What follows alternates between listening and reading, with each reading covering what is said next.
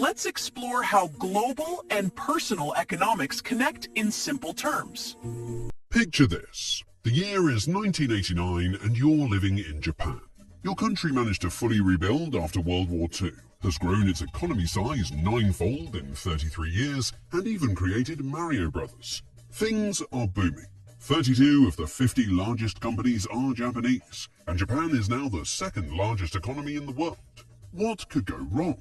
Let's rewind and see exactly how we got here.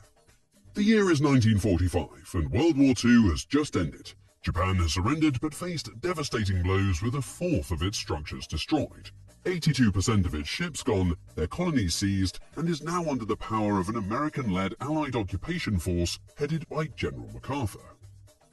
Under his leadership, they introduced major reforms to turn the country peaceful, including complete demilitarization, downgrading Japan's emperor to a figurehead role, renouncing war under a new constitution, and establishing a new democratic government.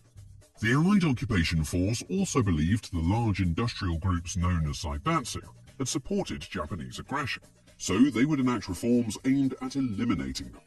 They introduced the Anti-Monopoly Act to maintain competition in the country, and required the shares owned by the Zaibatsu be sold off. They also gave workers the right to organize in unions, increasing the percentage of unionized workers from 3.2% in 1945 to 53% in 1948. And for land reforms, 38% of Japan's agricultural land was purchased under a government reform program and resold at low prices to the workers working them. While these reforms removed Japan's non-democratic powers, they did not address the country's economic problems of runaway inflation and low productive capacity resulting in food shortages. With the rise of the Cold War, the US shifted its aim to making Japan a success story of capitalism in Asia and a strategic asset to fighting communism. In 1949, the Dodge Plan was introduced to fix Japan's economic problems by cutting price subsidies in order to reduce government spending, achieve a balanced government budget, and lessen the printing of money. Japan's exchange rate was also fixed at $1 to 360 yen, as a way to promote exports. The Dodge Plan succeeded in getting Japan's inflation back under control and opening up the country to international trade. It wasn't until the early 1950s, when war broke out in Korea, that Japan's economic growth resumed. The war made Japan an outpost for US and UN forces and created a sudden surge in demand for Japanese manufactured goods.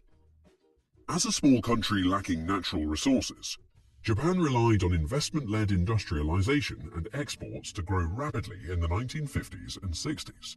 In 1960, Japan's Prime Minister, Hayato Ikeda, set a goal to double the national income in 10 years, and managed to do it in only 7 years. From 1950 to 1973, by rapidly industrializing, Japan experienced extraordinary growth, averaging around 10% annually in what became known as Japan's post-war economic miracle. When a country is undergoing this transformation, human capital or education is very important so that workers can move from low productive sectors into high productive ones. And in 1960, Japan's secondary school enrollment rate was even higher than the 1965 average across other industrialized economies. This period of rapid post-war economic growth came to an end in 1973 with the oil crisis. Japan imported 99% of its energy resources, and when the oil crisis hit, there was widespread panic that there would be blackouts and shortages in the country. With oil prices soaring, the cost of production for Japanese companies increased, which in turn triggered inflation to reach 24.9% in 1974. While Japan was eventually able to diversify the countries where it got its energy from and build up its oil inventory, investors realized Japan's energy vulnerability, which caused a downward shift in their expectations of future growth. And by this time, Japan had mostly caught up to the US and Western countries in terms of technological progress. The oil crisis, a decrease in investment, and slowdown in technological progress caused growth in Japan to drop from 10% to 5% after 1973. Even with lower levels of growth, Japan had become the second largest economy in the world. And moving into the 1980s, it would see a property boom. The concept of land ownership held a special place for the Japanese, given it was a feudal society not too long ago and also a mountainous country where development was difficult. From 1956 to 1986, land prices went up 5,000%, only going down in 1 year. Banks were fine to provide loans against land with the myth of ever-rising land prices in Japan. Alongside this property boom, Japanese companies began to dominate, with Sony, Honda, Nintendo, Canon, and many more rising into large global players. With more Japanese products, there was a growing fear that Japan was taking over the United States. In Detroit, angry auto workers destroyed Japanese cars in protest against them. In 1985, US Treasury Secretary James Baker held a meeting with the world's leading economic powers at the Plaza Hotel in New York. They agreed to lower the US dollar relative to other currencies, including the yen. While this increased the purchasing power of the yen relative to the dollar, it also made Japanese exports nearly twice as expensive, which risked sending Japan into a recession. To prevent a recession and boost the economy, in 1986 the Bank of Japan decided to hold a low interest rate policy, making it cheap to borrow money, and this money flowed into the land and stock markets. The interest rate used to lend to commercial banks was brought to a record low of 2.5% in February 1987. The prolonged low interest rates and lax regulation ultimately contributed to the formation of an asset bubble. Throughout the post-war period, the Bank of Japan also followed a practice known as window guidance, where they would directly tell banks how much they could lend and to which industries or companies. In the mid-1980s, the Bank of Japan relaxed their window guidance and encouraged banks to lend more. Banks began to lend more aggressively, even if it meant to higher-risk borrowers. Also at this time, companies could add to their profits by trading securities and stocks without paying any capital gains. This became known as Zytec. Brokerages in Japan offered token funds, where they offered guaranteed returns over interest rates using special speculative accounts called Agyo tokens. In 1985, 9 trillion yen was invested in these token tokens, and 4 years later it had risen to as much as 40 trillion yen or $300 billion. From 1985 to 1989, real estate prices rose fourfold, and from 1985 to 1987, asset prices had doubled. As stock prices went up, businesses' speculation profits soared. Over half the profits of big players like Toyota and Nissan was now from speculation and not from actual business. Few cared that ordinary operating profits had actually declined in this period. On top of this speculation in the stock market, the property boom was in full effect, and people began to put the two together. People began to calculate each company's land holdings and deemed the companies were cheap when including the value of the property that they owned, which in their mind was seen as hidden assets. As more companies were valued based on their land holdings, and as banks increased their property lending, this only further led to rising share prices, and rising share prices in turn increased the value of the bank's cross-shareholding, which inflated their capital, enabling them to lend out more. This circular process created a fatal flaw and a large bubble in Japan's economy. Even with the 1987 stock market crash, Japan had recovered best, making many people believe the government would hold up stock prices and there was no way they could go down. In April 1988, the abolition of tax-exempt postal savings accounts released 300 trillion yen, or $2.2 trillion for new investment. By that same year, Japan had expanded its economy by over 9 times from its 1955 size, while the US economy had only grown by 2.67 times. To Japan, they had revived their self-confidence after the humiliation of the war. Many economists and policymakers were praising Japan's economy for its excellent performance. However, with land prices skyrocketing, for young people the average lifetime earnings were no longer enough to buy even a small apartment in central Tokyo. So people were forced to take out multi-generational 100-year mortgages. Land prices had reached levels so high that the land of Tokyo's Imperial Palace was estimated to be worth more than all of the real estate in the state of California. Plans were even made to build an underground city in Tokyo. Faced with a large trade surplus, Japanese companies were spending lavishly on massive purchases in America.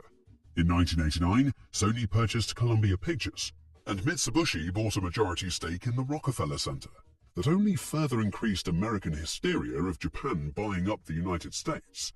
With a strong yen currency and new riches in Japan from the bubble profits, the art market saw one of its hottest buying sprees.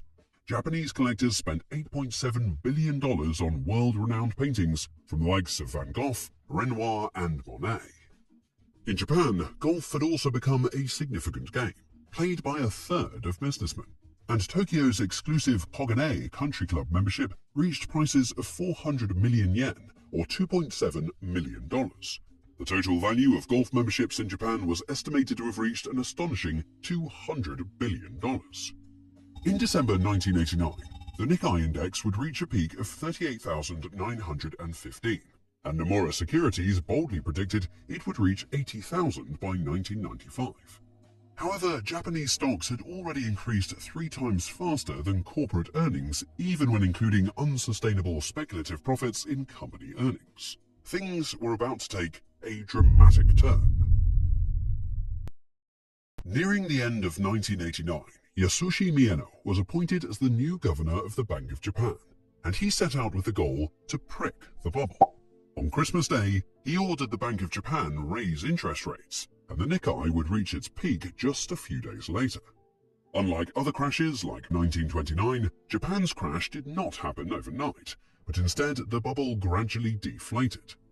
The Bank of Japan raised interest rates 5 times until it reached 6% in August 1990, and this tight monetary policy, alongside declining investor confidence and the existing over-leveraging, ultimately put an end to the stock market and land price bubbles. By 1992, the Nikkei had dropped 60% from its peak, and within a few years, Tokyo property prices had fallen 60%. While the bubble was unsustainable and needed to be popped, people lost a lot of money from the crash and stopped spending money, which sent Japan into a recession.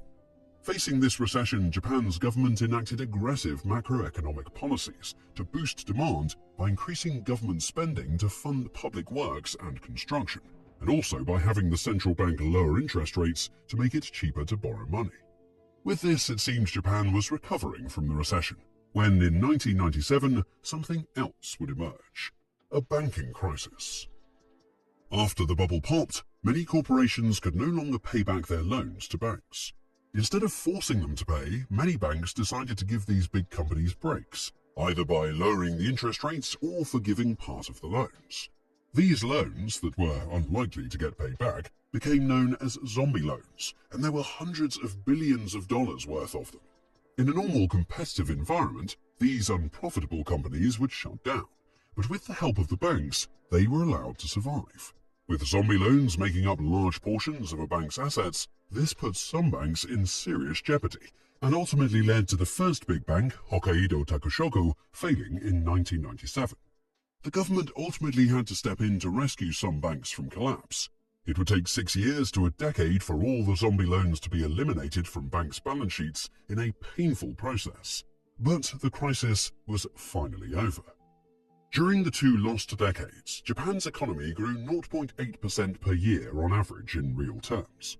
Compared to the US, Japan lagged behind in the adoption of information technology, as well as investment in the growing digital industry. Japan went from one of the fastest growing countries to one of the slowest, and this slow growth went on for 2 decades. Japan's labor market was also known for being famously rigid, where it was hard to hire or fire people. The term Mandogiwazoku was coined for people who sit by the windows without working and have instead been sidelined by their company. Facing poor economic conditions and with Japanese companies offering their employees lifetime employment, this meant less job opportunities for the young workforce, less innovation, and would create a lost generation. Some of these young people withdrew from society and became shut-ins, refusing to leave their parents' homes, enter the workforce, or socially interact with the outside world. While Japan had entered decades of stagnation, the 4 Asian tigers, Hong Kong, Singapore, Taiwan, and South Korea, had followed Japan's early economic success in industrializing and were now leading to strong competition for the country. In 1998, people and companies were spending so little money, prices began to fall, and Japan experienced a deflationary spiral. Usually, to counter this, countries print money and lower interest rates to make money cheaper and encourage spending. But Japan had been already doing this for years, driving interest rates down to almost 0% in 1998. Yet people were still not spending, prices were dropping, and the economy was stalling. Japan was in a liquidity trap, where monetary policy had become ineffective, as interest rates were at 0% and people still were not spending. With forward guidance, a practice uncommon for central banks at the time, the Bank of Japan said they would keep interest rates at 0% until the economy improved. Japan also became the first country to use a method called quantitative easing. With quantitative easing, the central bank would go around to banks and purchase the bank's money tied up in bonds or other assets for cash. In doing so, the banks could go lend out this new cash and spread it into the economy. The impacts of QE in Japan for fighting deflation and stimulating growth were seen as modest and are still debated. When the US's recession hit in 2007, they learned from Japan, and the US passed a $700 billion bailout for the banks, cut interest rates to zero, and when that was not enough, introduced forward guidance and quantitative easing. If they had not learned from Japan's painful example, it may have been much worse. When a market gets overinflated, it can be hard to spot a bubble until after it bursts. Japan's story shows just how devastating a bubble can be. Today, Japan faces a new set of supply-side problems. Japan's rapidly aging population continues to cause strain on the country's social and economic systems, and economists are now grappling with if Japan's economy can continue to grow when faced with a shrinking population. And there you have it, the story of Japan's lost decades.